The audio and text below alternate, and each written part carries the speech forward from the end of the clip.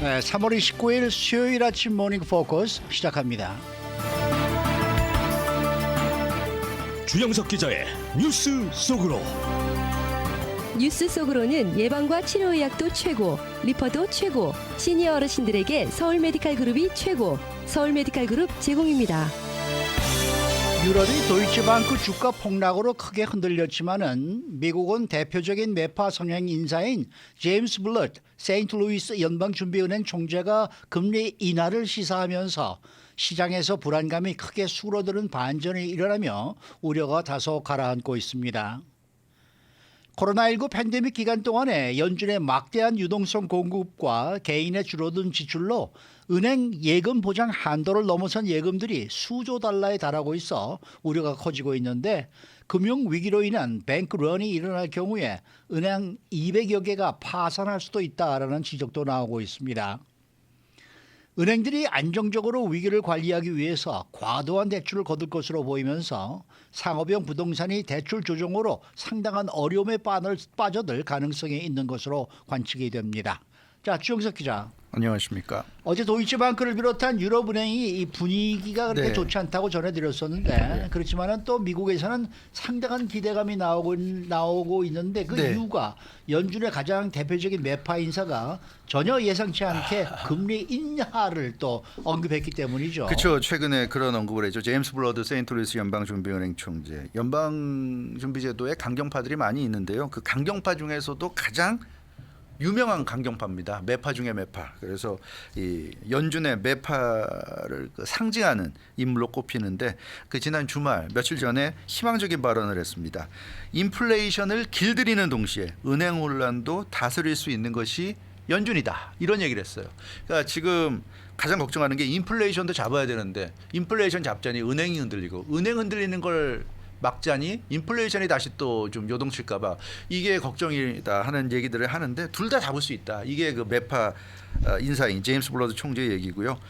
지금 올라는 2008년 금융위기 사태 때 충격에 비해서 덜 우려된다. 그때에 비하면 뭐 별거 아니다. 이런 식으로 얘기했고 금융 부분에서 어떤 스트레스가 있다면 그것은 금리를 낮추는 요인이 될 수 있다. 이런 얘기를 한 거예요. 굉장히 의미심장한 얘기입니다. 그래서 아직까지는 괜찮지만 연준이 지금 주의 있게 은행 상황을 지켜보고 있고 은행이 좀 더 흔들리면 언제든지 금리 인하할 수 있다. 이게 무슨 비둘기파가 이런 얘기했으면 큰 파장이 없는데 이게 매파 중에 매파, 가장 강경 매파가 이런 얘기를 했기 때문에 굉장히 큰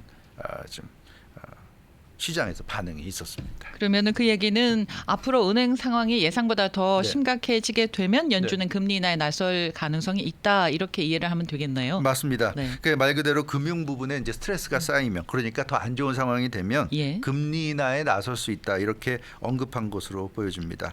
뭐 어떻게 보면 충분히 할 수 있는 발언인데 이 정도 발언은 할 수 있죠. 뭐 당장 뭐 다음 뭐 FOMC 때 하겠다는 것도 아니고 예. 무슨 뭐 하반기에 하겠다. 그 정도의 어떤 확실한 얘기를 한 건 아니지만 그럼에도 불구하고 연방준비제도 내의 최고 강경 매파 인사가 이런 발언을 했다는 점에서 충분히 의미가 있다 말씀드릴 수 있겠습니다. 그래서 시기를 못 박진 않았지만 적어도 금리 인하를 입에 담았다는 것만으로도 금리 인하가 이제는 정말 현실이 되고 있구나 하는 걸 알 수 있어요. 가장 금리 인하를 얘기하지 않을 사람이 지금 얘기를 했기 때문에 이 정도면 연준에서도 금리 인하가 언제든지 이제 그 결단을 해야 된다고 할 때는 결단 내릴 수 있겠구나. 우리가 그렇게 좀 받아들여도 될 것 근데 뭐 같습니다. 금리 인하 얘기를 했습니다만은 뭐 언제 하겠다 그런 얘기는 없었던 거예요. 네, 그런 얘기는 없었죠. 그 은행이 이제 위기라고 판단되면 금리 인하를 할 수 있다는 게 이번 발언의 핵심입니다. 근데 은행이 언제 위기인지는 알 수 없는 거죠. 다만 이제 이 제임스 블러드 세인트루이스 연방준비은행 총재는 지금은 아니다. 지금은 물론 좋지는 않지만 뭐 위기여서 금리 인하를 당장 해야 될 정도는 아니고 아직까지는 괜찮은데 그러나 좀 더 흔들린다면 언제든지 금리 인하할 수 있다. 이제 이렇게 얘기했습니다. 그래서 언제인지 정확한 시기 못 박지 않았고요. 올해 한다는 뭐 그런 정도의 언급도 없었습니다. 그래도 제롬 파웰 의장의 발언과 비교가 돼서 크게 주목받았는데 제롬 파웰 연준 의장이 이번 그 3월 FOMC 후 기자회견에서 그랬잖아요. 금리 인하 가능성을 일축했습니다. 다들 기억하시죠? 그게 큰 뉴스가 됐어요. 시장이 올해 금리 인하를 기대했다면 오판한 것이다. 이렇게 얘기했어요. 그래서 이걸 가지고 거의 모든 언론들이 올해 금리 인하는 없다. 이렇게 아주 단정적인 제목으로 보도를 했는데 이 제롬 파월 연준 의장 발언과도 매치가 안 되는 겁니다. 이 제롬 파월 의장보다 훨씬 더 강경파인 제임스 블러드 총재가 오히려 제롬 파월 의장보다 더 유연한 얘기를 했다는 거. 그러니까 이거는 역시 연준이 겉으로는 금리 인하는 없다고 얘기하지만 언제든지 필요하면 금리 인하할 마음의 준비는 다 하고 있구나 하는 걸 우리가 알 수 있을 것 같고요. 따라서 구체적인 시기는 알 수 없지만 필요하다면 언제든지 할 수 있다. 이게 중요한 메시지인 것 같습니다. 네. 자, 그런데요. 미국 은행들의 초과 저축분이 많아서 우려가 제기된다. 이런 네. 소식이 있습니다. 네, 이건 또 그렇죠. 어떤 내용입니까? 네, 이건 월스트리트저널이 보도한 예. 내용인데요. 그 미국 가계가 엄청난 초과 저축을 했다는 내용입니다. 그러니까 예. 이건 다들 이해하실 거예요. 코로나19 팬데믹이 오면서 예. 경제가 망하는 거 아니냐. 왜냐하면 모든 게 셧다운 됐으니까. 네. 그게 굉장히 우려가 컸잖아요. 그렇죠. 그래서 그때 어땠습니까? 그 미국 정부가 엄청난 돈을 연준이 엄청난 돈을 풀었어요. 그 매달 엄청난 돈을 풀었고 뭐 개인 사업 자영업 하시는 분들 필요하면 언제든지 뭐 대출 쉽게 받을 수 있었고 PPP 받을 수 있었고 그래서 코로나19 팬데믹 기간 그 2020년부터 2021년 사이에 엄청난 돈이 풀렸어요. 그래서 약 2조 3천억 달러 한국 돈으로 3천조 원에 달하는 초과 저축이 이루어졌다는 얘기입니다. 그러니까 기업들도 그때 돈이 넘쳐날 시기였는데 사실 뭐 개인이나 기업이나 마찬가지지만 그 돈을 가지고 어디 투자할 데도 없었고요. 그 돈 가지고 어디 사업할 수도 없었고 그러니까 할 수 있는 게 그냥 은행에 저축하는 것밖에 없었어요. 그러다 보니까 은행 예금이 크게 늘어났습니다. 근데 아시다시피 연방예금보험공사 FDIC는 은행 예금에 대한 보험 한도가 25만 달러이기 때문에 25만 달러 넘는 예금은 보호를 받을 수가 없잖아요.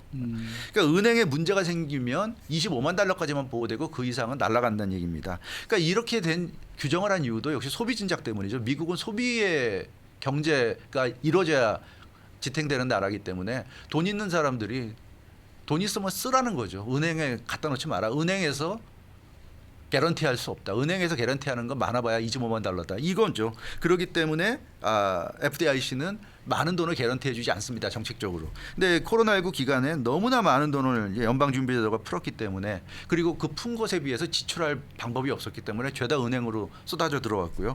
그래서 초과한 예금이 얼마냐면 지난해 말 기준으로 2022년 말 기준으로 8조 달러면요. 한국 돈으로 1경 404조 원입니다. 이건 뭐 우리가 머릿속으로 상상할 수 있는 한도를 넘어서는 어마어마한 금액인데 이게 지금 초과한도. 그러니까 이 정도 금액이 만약에 뱅크런이 나고 은행이 파산하면 받을 수 없는 돈이에요. 그 우리가 찾을 수 없는 다 날아가는 돈이 지금 8조 달러에 달한다는. 그러니까 이 얘기입니다. 초과 예금액이 심각한 문제가 될 수 있다. 네. 이게 바로 이제 월스트리트저널의 보도 내용이네요. 그렇죠. 그래서 FDIC가 보고서를 발표했는데요. 코로나19 팬데믹 이전 2019년 말과 비교해서 이 초과 예금분이 41%나 증가했다고 FDIC가 분석했습니다. 그러니까 2022년 말 초과 예금액이 코로나19 이전 2019년보다 41% 늘어났는데 이 노스웨스턴 대학의 주요 대학 경제학과 교수들이 이번 그 FDIC 논문에 함께하면서 연구해서 발표한 내용인데 그 내용을 보면 심각해요. 무보험 예금자의 절반이 은행에서 돈을 뺄 경우 지금 8조 달러라고 했는데 그 중에 한 절반만 돈을 빼도 200여 개 은행들이 파산할 것이다. 이렇게 지금 예측을 하고 있습니다. 그리고 이제 현재 은행 파산 사태를 보면서 굉장히 좀 불안해하고 있잖아요. 예금주들이. 얼마 예금 안 한 사람들이야 뭐 크게 불안하지 않다 하더라도 예금한 액이 높을수록 많을수록 굉장히 불안할 수밖에 없습니다. 그래서 그런 사람들이 언제든지 돈을 찾으려고 할 수 있는데 그게 이제 뱅크런으로 이어질 수 있다는 거죠. 그런 차원에서 심각한 문제가 될 수 있다는 지적이 나오고 있습니다. 네. 언제든지 예민한 그런 시기에는요. 핵심 위치에 있는 결정권자의 말 한마디가 나라를 좌지우지하고 경제도 그렇죠. 흔들고 이런 경우가 꽤 있습니다. 꽤 있습니다. 역사적으로. 그래서 사실 최근에 얼마 전에 제니 옐런 재무부 장관이 연방상원 청문회에서 예금주들을 불안하게 만들었죠. 25만 달러 이상 예금주들을 보호하는 조치를 취할 계획이 없다고 언급했습니다. 근데 이게 원칙적으로 맞는 얘기인데 그러나 지금 이 힘든 상황에서 굉장히 흔들리고 있는 은행이 어떻게 될지 모르는 이런 상황에서 재무부 수장이 너무나 대놓고 아니라고 얘기했기 때문에 이게 좀 파장을 일으켰어요. 그러니까 기존의 원칙을 무너뜨리는 부분에 대해서 원론적으로 얘기한 건데 과연 지금 이렇게 원론적으로 얘기한 게 맞는 것이냐 이런 부분에 좀 아쉬움이 있습니다. 로이터 통신은 결국 그래서 시장이 어떻게 받아들이냐가 핵심이다 이렇게 좀 지적하고 있습니다. 실리콘밸리뱅크 파산을 비롯해서 2008년 금융위기 사태 비해서 금융위기 사태만큼 심각하다고 여기는 투자자가 많지는 않을 것이다. 이렇게 일단 보고 있어요. 그래서 금융위기 사태에 비해서는 심각하지 않지만 미국이나 유럽에서 규제 당국의 예금자 보호 여부가 핵심이다. 그러니까 그만큼 심각하다고 여기진 않아도 불안해하고 있다는 얘기죠. 그렇기 때문에 규제 당국이 얼마나 내 예금을 보호해 주느냐 거기에 따라서 이 예금주들이 움직임이 결정될 것이라는 얘기입니다. 만약에 규제 당국이 예금자들을 보호하지 않는다고 생각한다면 뱅크런 사태가 일어날 것이다. 이렇게 로이터 통신은 예측을 했는데요. 그렇기 때문에 결국 규제 당국의 적절한 대응이 필요하다. 이렇게 말씀드릴 수 있겠습니다. 네. 그러니까 결국은 정부 당국이 어느 정도 역할을 해줘야 된다. 네. 그래야 현재 은행들 위기가 해소될 수 있다. 이 얘기 그렇습니다. 그래서 네. 이제 뭐 유럽은행도 그렇고 미국 은행들도 그렇고 지금 전문가들 얘기는 가장 은행들의 문제는 자본이 아니라 자신감이다. 이렇게 지금 지적하고 있습니다. 그러니까 지금 같은 금융 불안 시기에 안정을 찾기 위해서는 결국 그 소비자들의 예금주들의 은행에 대한 신뢰가 살아나야 되고요. 그것은 결국 자본보다는 자신감 회복이 중요하다는 겁니다. 그러니까 일반 개인도 자신감이 없고 기업도 자신감이 없고 은행도 자신감이 없고 규제 당국도 자신감이 없으면 그럼 뱅크런은 일어날 수밖에 없다는 얘기입니다. 그렇기 때문에 자신감을 줘야 되고 그렇다고 해서 물론 중앙은행이 근거 없는 자신감을 주라는 얘기는 아니다. 이렇게 전문가들은 얘기하고 있습니다. 근거 없는 말도 안 되는 그런 자신감이 아니라 근거 있는 자신감을 줘라. 이게 이제 전문가들의 얘기인데요. 유동성 공급 강화라든가 예금 보장이라든가 이런 쪽에 어떤 의지를 보일 필요가 있다는 거죠. 지금 어떤 조치를 취할 것이 아니라 필요하면 그런 조치를 취할 수 있다는 그런 의지를 나타내는 게 중요하다는 겁니다. 그럼으로써 시장의 신뢰를 얻어야 된다. 근데 제니 옐런 재무부 장관이 얼마 전 연방의회 청문회에서 했던 발언은 재무부 수장으로서 원칙적인 얘기를 한 거는 나쁜 얘기는 아니지만 그러나 이렇게 시장의 신뢰를 얻는다는 차원에서 굉장히 좋지 않은 발언이었다. 이제 이런 얘기. 자, 이런 얘기도 있습니다. 지금 은행이 위기를 맞고 있는데 그 다음은 상업용 부동산이 그렇죠. 위기가 올 수도 있다라는 분석이 있습니다. 예, 있죠. 리서치 업체 썰드브리지가 지금 보도한 내용인데요. 은행 다음은 상업용 부동산이 위험해질 가능성이 높다. 네. 이렇게 예측을 했습니다. 상업용 부동산 소유주가 채무 불이행을 하게 되면 네. 은행의 부동산 압류에 들어갈 것이고 그럴 경우에 심각해질 수 있다. 그러니까 지금 대부분의 그 상업용 부동산들이 은행에 대출을 끼고 구입한 거 아니겠습니까? 네. 이제 그러다 보니까 이제 매달 대출을 갚아 나가야 되는데 그걸 못 갚게 되면 은행이 물론 건물을 이제 차압할 수는 있는데 차압한다고 해도 은행이 대출금을 회수가 안 되면 심각해질 수 있다는 거죠. 그래서 지방은행들이 앞으로 리스크 관리 차원에서 과도한 대출을 이제 거두게 될 것이라는 얘기입니다. 그럼 상업용 부동산 대출에 대한 조정이 일어날 가능성이 거의 유력하다는 얘기예요. 그럼 부실한 부채를 구조조정하는 차원에서 상업용 부동산 대출을 조정하는데 그 과정에서 이제 무너지는 상업용 부동산이 나올 수밖에 없고 그게 이제 무너지면 상업용 부동산 건물주가 무너지는 거지만 그 건물주뿐만 아니라 그 상업용 부동산에 대한 대출을 해준 은행들까지 같이 무너질 수 있다는 이제 그런 지적이 되겠습니다. 이 상업용 부동산이 흔들리는 상황이 되면은 경제가 더 요동을 칠 거거든요. 그럴 수밖에 없죠. 예, 덩치가 크고요. 그만큼 액수가 거액이기 때문에 그럴 수밖에 없습니다. 이 대출 구조 조정을 제대로 하려면 그 은행이 어떻게 되냐면 대출 위험 등급을 높여야 하는 그런 상황이 됩니다. 그래서 대출을 더 까다롭게 제한하게 되고 그리고 대출 이자도 높이고 이제 이런 상황이 되겠고요. 그리고 은행이 대출을 하려면 대출이 부실화될 때 그거를 감당할 수 있을 만큼 위험 조정 자본을 더 확충하게 이제 해야 한다는 그런 지적도 나오고 있어요. 지금은 좀 위험하다는 얘기입니다. 지금 상황에서 덩치 큰 상업용 부동산 몇 개가 예를 들어서 문제가 생긴다면 그걸 이겨낼 은행들은 거의 없다는 얘기죠. 그런 점에서 문제가 된다.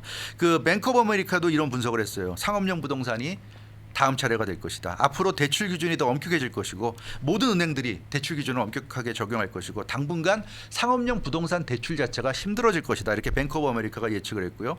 연방준비제도가 계속 금리를 올린다면 은행과 부동산 회사, 투자신탁, 주식 등이 압박을 받을 것이다. 이렇게 얘기하고 있습니다. 그렇기 때문에 연준이 더 이상은 금리 인상을 하기가 힘들 거다. 더 이상 금리 인상을 했다가는 정말 심각한 상황이 올 수도 있고 그래서 이번 3월에 FOMC에서 0.25% 포인트를 올린 것을 마지막으로 해서 더 이상은 금리를 올릴 수는 없을 것이라는 얘기고 여기에 더해서 앞서 말씀드린 제임스 블러드 세인트루이스 연방준비은행 총재의 금리 인하 시사 발언이 굉장히 많은 의미를 좀 담고 있는 거예요. 매파 인사가 이렇게 얘기하는 거 보면 앞으로 동결은 당연한 거고 여차하면 금리 인하로 갈 수 있다는 걸 시그널을 보내지 않았나 이런 생각을 해볼 수 있을 것 상업용 같습니다. 부동산이 힘들어지면은 한인계 은행들도 상당히 힘들어지겠는데 그게 걱정이네요. 뭐 한인은행들은 다 괜찮다고 지금 하고 있고요. 예, 고객들에게 최근에 이메일 다 보내서 아무 문제 없다고 하고 있으니까 뭐 크게 걱정할 건 아닌 것 같은데